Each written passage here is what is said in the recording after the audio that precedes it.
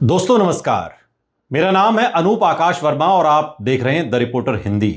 उत्तर प्रदेश विधानसभा चुनाव 2027 के लिए कांग्रेस को कौन कौन सी सीटें मिल सकती हैं, इस पर अभी अंतिम फैसला नहीं हुआ है। लेकिन जो हालिया रिपोर्ट्स हैं उनकी माने तो कांग्रेस और समाजवादी पार्टी के बीच सीट बंटवारे पर प्रारंभिक चर्चा शुरू हो चुकी है। कुछ रिपोर्ट्स में दावा किया गया है कि कांग्रेस लगभग 100 से 120 सीटों की मांग कर सकती है, जबकि समाजवादी पार्टी 60 से 80 सीटों के फॉर्मूले पर विचार कर रही है। राजनीतिक रूप से देखें तो कांग्रेस को वो सीटें मिलने की संभावना सबसे अधिक है जहां उसका ऐतिहासिक आधार रहा है, जहां 2024 लोकसभा चुनाव में उसका प्रदर्शन अच्छा रहा या जहां स्थानीय कांग्रेस नेतृत्व अभी भी प्रभावी है। 2024 में कांग्रेस ने उत्तर प्रदेश में अपना वोट शेयर बढ़ाया और कई क्षेत्रों में पुनर्जीवन के संकेत दिए। हालांकि ये स्पष्ट करना जरूरी है कि अभी किसी भी सीट पर आधिकारिक सहमति नहीं बनी, इसलिए जो सीटें हम आपको बता रहे हैं उन्हें आप आकलन के तौर पर देख सकते हैं, पूर्वानुमान के तौर पर देख सकते हैं। तो जो कांग्रेस को संभावित मिलने वाली सीटें हैं उनमें रायबरेली क्षेत्र की सीटें हो सकती हैं, रायबरेली, हरचंदपुर, सलोन, सरेनी, ऊंचाहार।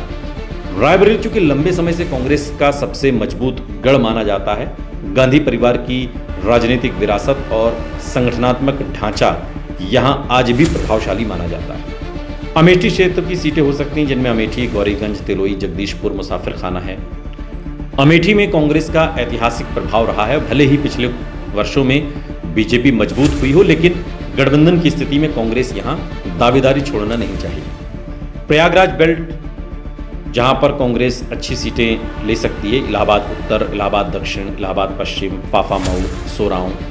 प्रयागराज कांग्रेस का चूंकि पारंपरिक शहरी केंद्र रहा है और यहां ब्राह्मण, कायस्थ, अल्पसंख्यक और शिक्षित वर्ग में कांग्रेस की पहचान अब भी मौजूद है। कानपुर क्षेत्र की सीटें हो सकती हैं, कानपुर कैंट, आर्यनगर, सीसामऊ, कल्याणपुर। कानपुर में कांग्रेस का ऐतिहासिक संगठन रहा है। शहरी सीटों पर कांग्रेस अक्सर गठबंधन के भीतर मजबूत दावेदारी रखती है। सहारनपुर मेरठ बेल्ट हो सकती है, जिनमें सहारनपुर नगर, बेहट, देवबंद, मेरठ कैंट, मेरठ दक्षिण। पश्चिमी यूपी में मुस्लिम, दलित शहरी वोटों के कारण कांग्रेस कुछ सीटों पर गठबंधन के तहत दावेदारी कर सकती है। बुंदेलखंड क्षेत्र की सीटें हो सकती हैं, बांदा, चित्रकूट, नरैनी, मानिकपुर।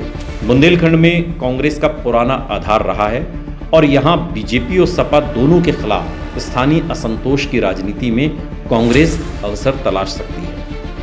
अब सवाल यह कि कांग्रेस को यही सीटें क्यों मिल सकती हैं। नंबर एक, ऐतिहासिक प्रभाव है। रायबरेली, अमेठी, कानपुर और प्रयागराज जैसे क्षेत्रों में कांग्रेस का पुराना संगठन मौजूद है। दूसरा, लोकसभा चुनाव का प्रदर्शन। 2024 में कांग्रेस का प्रदर्शन बेहतर रहा, जिससे उसकी मोल भाव करने की क्षमता बढ़ी। नंबर तीन, ब्राह्मण अल्पसंख्यक समीकरण में कई सीटों पर कांग्रेस का पारंपरिक सामाजिक आधार अब भी मौजूद है। चौथा, स्थानीय नेतृत्व। अजय राय, प्रमोद तिवारी परिवार, आराधना मिश्रा मोना जैसे नेताओं का प्रभाव कुछ क्षेत्रों में कांग्रेस को मजबूत बनाता है।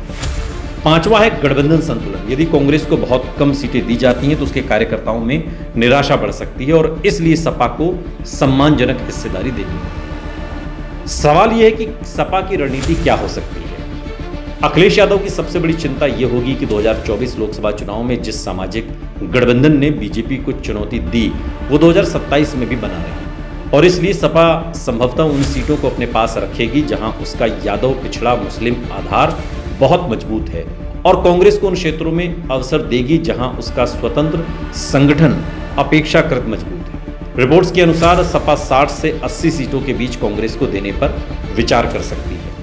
यदि सपा कांग्रेस गठबंधन कायम रहता है तो कांग्रेस को रायबरेली, अमेठी, प्रयागराज, कानपुर, बुंदेलखंड, सहारनपुर और कुछ शहरी क्षेत्रों की लगभग 60 से 80 सीटों का पैकेज मिलना सबसे यथार्थवादी संभावना दिखाई देता है। 100 सीटों की कांग्रेस की मांग राजनीतिक दबाव बनाने की रणनीति हो सकती है, लेकिन अंतिम समझौता संभवतः 70 के आसपास सीटों पर हो सकता है।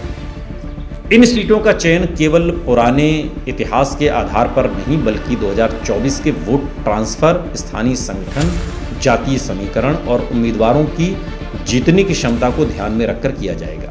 यही वजह है कि 2027 का सीट बंटवारा उत्तर प्रदेश की राजनीति का सबसे महत्वपूर्ण और सबसे कठिन समीकरण बनने जा रहा है।